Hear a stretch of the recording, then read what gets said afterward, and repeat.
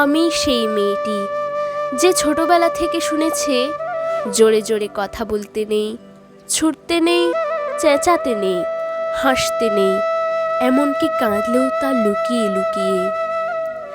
আমি সেই মেয়েটি যাকে বলতে নেই খিদে পেয়েছে, ঘুম পেয়েছে, ইচ্ছে করছে না, ক্লান্ত লাগছে, আর পারছি না, আর পারছি না। আমি সেই মেয়েটি খেলার জন্য যার হাতে তুলে দেওয়া হয়েছে পুতুল, পুতুলের আদল পাবার জন্য, পুতুলের সংসার বানাবার জন্য। আমি সেই মেয়েটি যে গত কোনো শতাব্দীতে 5 বছর বয়সে মালা দিয়েছে গঙ্গা যাত্রীর গলায়।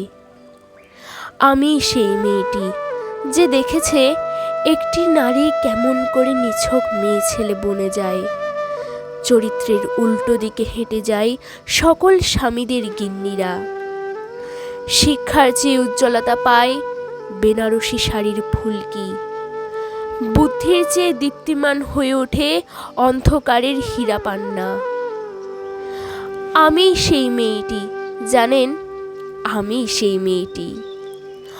অন্ধকারের দিনে ফিরতে পারি না বলেই আমি অপমানের জ্বলন্ত কয়লার উপর দিকে হেঁটে যেতে চাই দুঃখের দিকে।